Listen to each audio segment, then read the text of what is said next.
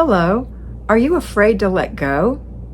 Sometimes it's like we're holding onto a rope and we're looking down and we can see below our feet a nice safe place to land, but we just can't undo our fingers from the rope.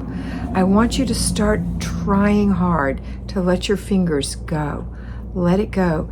My sister sent me a little thing actually today that said the leaves teach us every day, every fall, by letting go.